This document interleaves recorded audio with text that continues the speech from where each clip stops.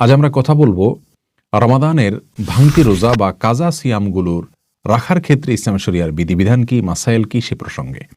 কোরআনে কারীমে আল্লাহ সুবহানাহু ওয়া তাআলা সূরা বাকারার 184 নম্বর আয়াতে বলেছেন, ফামান কানা মিনকুম মারিদান আও আলা সাফারিন ফাইদ্দাতুম মিন আইয়ামিন উখর।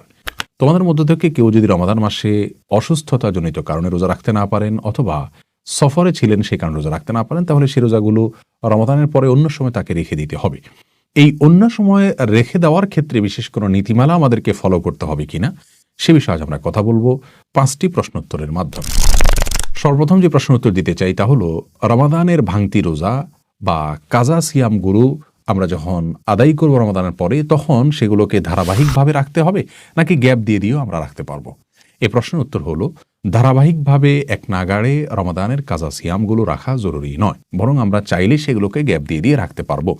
তবে খুব বেশি গ্যাপ দিয়ে খুব বেশি সময় নিয়ে বিলম্ব করে রাখা উচিত নয়, যেহেতু এখানে দায় মুক্তির ব্যাপার রয়েছে, আমাদের কার কখন মৃত্যু আসে আমরা জানি না, সেজন্য খুব দ্রুত এগুলো রেখে ফেলা উত্তম। তবে কেউ যদি চান আজ একটা রাখলেন, 2 দিন পরে আবার আরেকটা রাখলেন বা 5 দিন পরে আরেকটা রাখলেন, এভাবে ভেঙে ভেঙেও তিনি রাখতে পারবেন।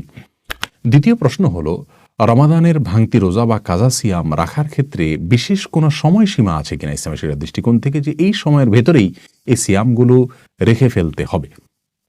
এর উত্তর হলো, মৌলিকভাবে রমাদানের রোজা যেগুলো ভাঙা পড়েছে অসুস্থতাজনিত কারণে বা সফরের কারণে গ্রহণযোগ্য ওজরের ভিত্তিতে, সেগুলো রমাদানের পরে আমরা রেখে ফেলবো, কিন্তু রমাদানের পরপরই রেখে ফেলতে হবে এমন কোনো বাধ্যবাধকতা নেই। এখানে ছাড় রয়েছে, আমরা 2 মাস 4 মাস বা 6 মাস পরে চাইলেও রাখতে পারি। তবে এক্ষেত্রে আমাদের আয়েশা রাদিয়াল্লাহু তাআলা একটি হাদিস থেকে আমরা একটি নির্দেশনা পাই, যেটি বুখারী মুসলিম একযোগে বর্ণনা করেছে।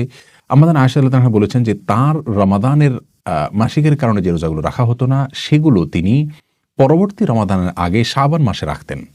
এতটা দেরি করতেন কারণ রাসূল আকরাম সাল্লাল্লাহু আলাইহি ওয়াসাল্লাম তার সঙ্গে বসবাস করতেন, তার অধিকার এর প্রতি খেয়াল রেখে তিনি বিলম্ব করতেন, এবং পরবর্তী রমাদানের আগে যে শাবান মাস, সেখানে রাসূল আকরাম সাল্লাল্লাহু আলাইহি ওয়াসাল্লাম প্রচুর পরিমাণ নফল রোজা রাখতেন, এই ফাঁকে তিনি তার ফরজ রোজাগুলো রেখে দিতেন। এই হাদিসের ভিত্তিতে উলামায়ে কেরাম বলে থাকেন যে এক রমাদানের রোজা কাজা করার জন্য বিলম্ব করতে করতে পরবর্তী রমজানের আগ পর্যন্ত বিলম্ব করা যেতে পারে, কিন্তু শরীয়ত গ্রাহ্য ওজর ছাড়া পরবর্তী রমাদানও যদি ক্রস করে যায়, তবুও আগের রমজান রোজা কাজা রয়ে গেছে, আদায় করা হয়নি, তাহলে সেক্ষেত্রে এটি অন্যায় হবে, এটি গুনাহ হবে।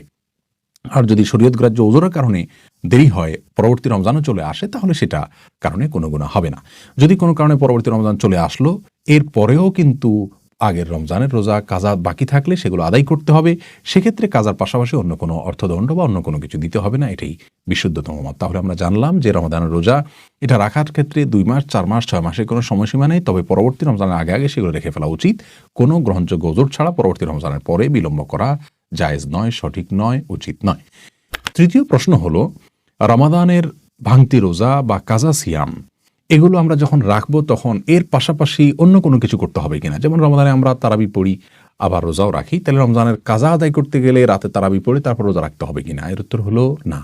আমাদেরকে রমজানের রোজা যে কয়টা রাখতে হবে, যে কয়টা ভেঙেছে সেগুলো আমরা রাখবো, সেগুলোর সাথে তারাবির নামাজের কোনো বিধান নেই, কারণ তারাবির নামাজ এটা রমাদান মাসে পালনযোগ্য ইবাদত, রমাদানের পরে তারাবির অপশন নাই, যার কারণে রমাদানের পরে আমরা শুধুমাত্র যে কয়টা রোজা ভাঙতি হয়েছে সেগুলো রেখে ফেললেই চলবে, অন্য কোনো কিছু সাথে করতে হবে না। তবে যদি কেউ শরীয়ত গ্রাহ্য ওজর ছাড়া ইচ্ছাকৃত অবহেলা করে রোজা ভঙ্গ করে, তাহলে সেই ব্যক্তির জন্য কাজার পাশাপাশি কাফারার বিধানের কথা বলেন ইমাম আবু হানিফা এবং মালিক রাহিমাহুল্লাহ। অর্থাৎ যদি কেউ ইচ্ছাকৃত অবহেলা করে রোজা ভাঙেন, তাহলে শরীয়ত গ্রাহ্য ওজর ছাড়া, তাহলে সেক্ষেত্রে তিনি একটি রোজা ভাঙলে একটি রোজার জন্য একটা রোজা কাজা রাখবেন, আবার 60টা রোজা এক নাগাড়ে ধারাবাহিকভাবে নির্বিচ্ছিন্নভাবে তাকে রেখে ফেলতে হবে কাফারা হিসাবে। এটা হলো তার জন্য দণ্ড, সেটা তাকে করতে হবে শাস্তি স্বরূপ এবং ক্ষতিপূরণ স্বরূপ। আর সেটা না পারলে তিনি 60 জন মিসকিনকে খাদ্যদান করতে হবে। যদিও অন্যান্য ইমামদের মতে এই মাসআলাটি শুধুমাত্র স্ত্রী সহবাসের মাধ্যমে যদি কেউ রোজা ভঙ্গ করেন, তাহলে সেক্ষেত্রে তার জন্য প্রযোজ্য। তাহলে সাধারণ রোজা ভাঙতি রোজা যেগুলো, সেগুলো রাখার ক্ষেত্রে কোনো কিছুই না, যে কটার ভাঙছে সেগুলো রেখেই ফেললে হবে। 4 নম্বর প্রশ্ন হলো, রমজানের ভাঙতি বা কাজা রোজা রাখার আগে কোনো নফল রোজা রাখা যাবে কিনা? এই প্রশ্ন উত্তর হলো, রমজানের কাজা বা ভাঙতি রোজা রাখার আগে নফল রোজা রাখা যাবে। তবে কাজা রোজা রাখা যেহেতু ফরজ, নফল রোজা তো বাধ্যতামূলক নয় আমাদের জন্য, অতএব সেটাকে অগ্রাধিকার দিয়ে আগে রাখা উচিত, নফল রোজা একটু পরে রাখলেও চলবে।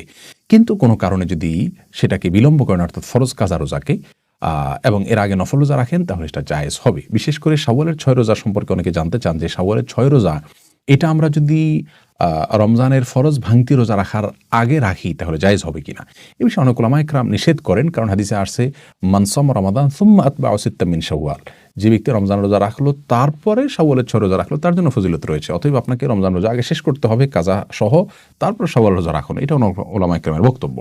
তবে যদি কেউ অনেক বেশি ভাঙতি রোজা রয়েছে, তার এই ভাঙতি রোজাগুলো রেখে শাওয়ালের 6 রোজা রাখা তার দ্বারা সম্ভব হবে না এই মাসের মধ্যে, এরকম মনে করেন, তাহলে শাওয়ালের 6 রোজা রেখে তারপর ভাঙতি রোজা রাখলেও ইনশাআল্লাহ তিনি আল্লাহর কাছ থেকে ফজিলত আশা করতে পারেন। 5 নম্বর এবং সর্বশেষ প্রশ্ন হলো, যদি কেউ কাজা রোজা রাখার আগে মৃত্যুবরণ করেন, আল্লাহ না করুন, তাহলে তার কি হবে? এর উত্তর হলো, যদি কেউ রমজানের ভাঙতি বা কাজা রোজা রাখার সামর্থ্যই হয়নি, এখনো তিনি সুস্থ হননি, এখনো সফর থেকে ফিরে আসেননি, রমজান শেষ হয়েছে ঠিক কিন্তু তিনি এখনো সুস্থ হননি, তার মানে সামর্থ্য হয়নি এখনো কাজা রাখার, তার আগে তার মৃত্যুবরণ করেন, তিনি মারা যান, তাহলে তো সেক্ষেত্রে তার কোনো দায় নেই, যেহেতু তিনি সামর্থ্য পাওয়ার আগেই তিনি মৃত্যুবরণ করেছেন। আর যদি তার সামর্থ্য ছিল কিন্তু অবহেলা করে তিনি বিলম্ব করেছেন, এরকম পরিস্থিতি দেখা দেয় এবং তারপরে তার মৃত্যু হয়ে যায়, তাহলে সেক্ষেত্রে তার ওয়ারিশরা তার পক্ষ থেকে প্রত্যেকটা রোজার জন্য ফিদিয়া আদায় করবেন। এটি হলো বিশুদ্ধতম মত।